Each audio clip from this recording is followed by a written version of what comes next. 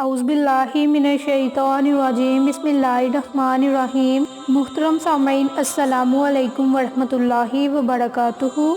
मैं आप सबको अपने चैनल आयशा इस्लामिक हिस्ट्री में खुशामदीद कहती हूँ और उम्मीद करती हूँ कि आप सब खैर आफियत से होंगे और अल्लाह तबारक व तआला से दुआ करती हूँ कि अल्लाह तबारक व तआला आप सबको खुश रखे, आबाद रखे और आप पर अपनी हज़ारों रहमतें बारिश की तरह बरसाए, आपकी हर हाजत को पूरा फरमाए, आपकी हर ख्वाहिश को पूरा फरमाए और आपकी जो भी दिली मुराद हो उसे पूरा फरमाए, आपको सेहत और तंदुरुस्ती वाली ज़िंदगी अता फरमाए, आपकी तमाम हज्जात को पूरा फरमाए, आमीन। सामीन, आज मैं आपके साथ 25 रजब के दिन की इबादत और एक मुख्तसर सा वजीफ़ा शेयर करूंगी। ये वजीफ़ा बहुत ही खास और मुजरिब है क्योंकि ये रजब के दिन का खास और मुजरिब वजीफ़ा है। तो आप इस अमल को, इस वजीफ़े को 25 रजब के दिन लाजिम करें। फिर जो भी आप अल्लाह तबारक व तआला से दुआ मांगेंगे, जिस मकसद के लिए भी आप दुआ मांगेंगे, अल्लाह तबारक व तआला आपको आपके उस मकसद में कामयाबी अता फरमाएगा और आपकी तमाम परेशानियों को भी दूर फरमाएगा और आपको सेहत और तंदुरुस्ती वाली ज़िंदगी भी अता फरमाएगा। तो अमल आपने पूरी नीयत से करना है, पूरे यकीन से करना है, इंशाअल्लाह आपको फ़ायदा ज़रूर होगा।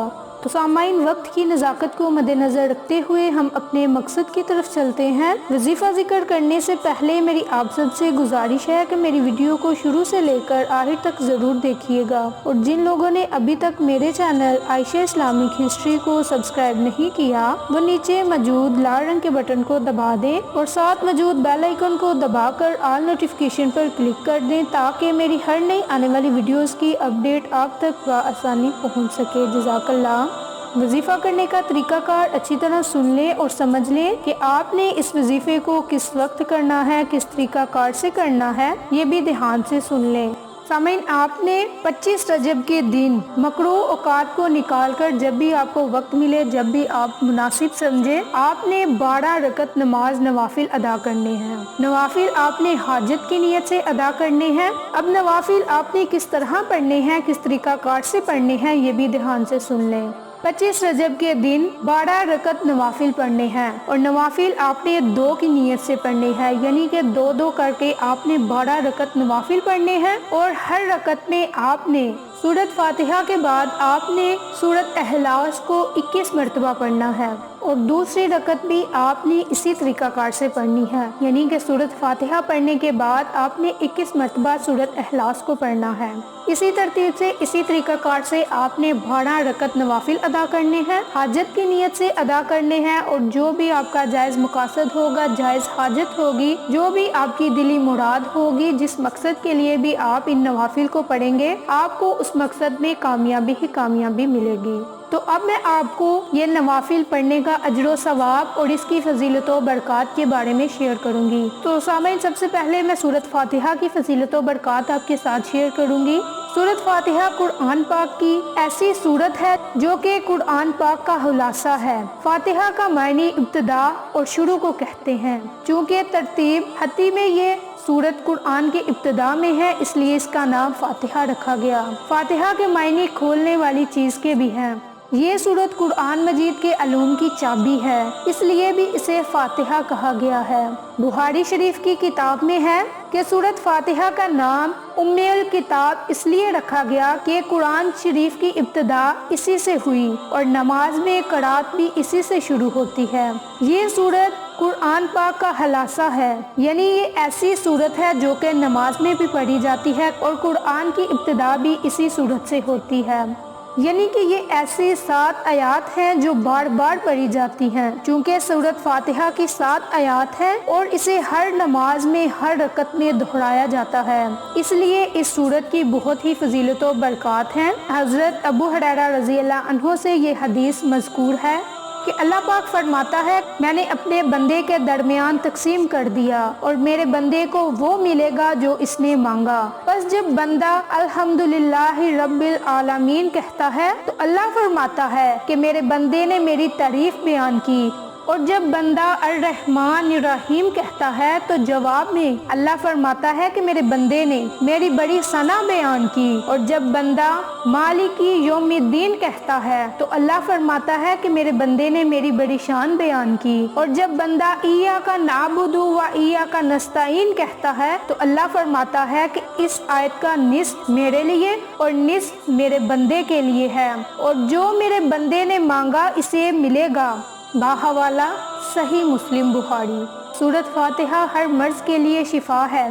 اس سورت میں اللہ ہی کی عبادت کرنے کی، ہر قسم کی مدد اللہ سے ہی چاہنے کے بارے میں تعلیم دی گئی۔ یہ سورت سچے ایمان والوں کے سچے دل سے اللہ کے سامنے یہ عہد ہو کہ ایاک نعبد و ایاک نستعین، یعنی اے اللہ ہم خاص تیری عبادت کرتے ہیں اور تجھ سے ہی مدد چاہتے ہیں۔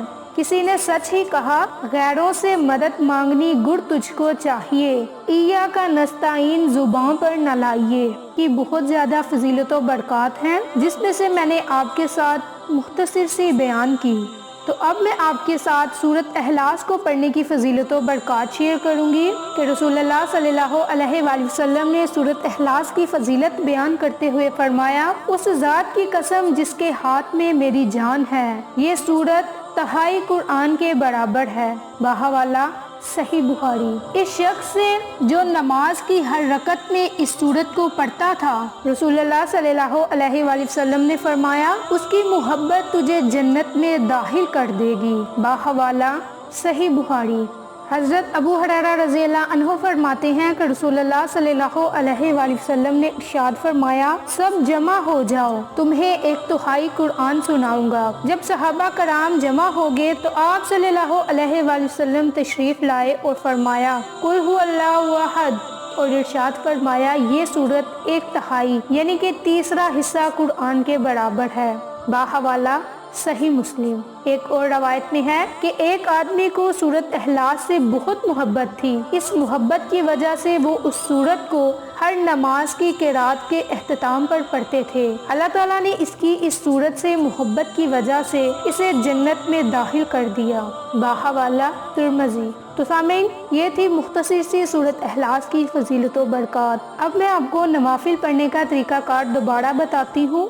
25 رجب کے دن 12 رکعت نوافل پڑھنے ہیں اور 2 رکعت کی نیت سے آپ نے نوافل پڑھنے ہیں۔ جب آپ نے 12 نوافل پڑھ لینے ہیں تو پھر آپ نے اسی جگہ بیٹھ کر درود پاک پڑھنا، پھر آپ نے اللہ تبارک و تعالیٰ سے دعا مانگنی ہے اپنے مقصد کے لیے، اپنی حاجت کے لیے۔ انشاءاللہ اللہ تبارک و تعالیٰ آپ کی ہر حاجت کو پورا فرمائیں گے، آپ کی ہر خواہش کو پورا فرمائیں گے۔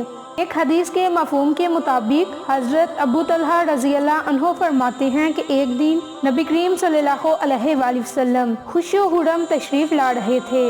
ارشاد فرمایا، میرے پاس حضرت جبریل علیہ السلام تشریف لائے اور کہا، یا رسول اللہ صلی اللہ علیہ وآلہ وسلم، کیا آپ اس بات پر راضی نہیں آپ کا امتی آپ پر ایک بار سلام کہے اور میں اس پر 10 بار سلام پڑھوں؟ اس لیے آپ نماز سے فارغ ہونے کے بعد درود پاک کو لازم پڑھیں اور اللہ تبارک و تعالیٰ سے دعا مانگے، انشاءاللہ آپ کو آپ کی ہر مقصد میں کامیابی ملے گی۔ آخر میں اللہ سے دعا ہے کہ اللہ ان تمام اہم باتوں پر مجھے اور آپ تمام سامعین کو عمل کرنے اور دوسروں کے ساتھ صدقے کی نیت سے شیئر کرنے کی توفیق دے، پنجگانہ نماز پڑھنے کی توفیق دے، صراط المستقیم کے راستے پر چلنے کی توفیق دے، آمین۔ ویڈیوز آپ کو پسند آئیں تو اسے لائک، شیئر اینڈ سبسکرائب کیجیے اور صدقے کی نیت سے اپنے پیاروں کے ساتھ، اپنے جاننے والوں کے ساتھ شیئر بھی لازم کیجیے۔ انشاءاللہ پھر کسی نئی اچھی ویڈیو کے ساتھ یا اچھی معلومات کے ساتھ آپ کی خدمت میں حاضر ہوں گے۔ تب تک کے لیے اجازت دیں۔ السلام علیکم ورحمۃ اللہ وبرکاتہ۔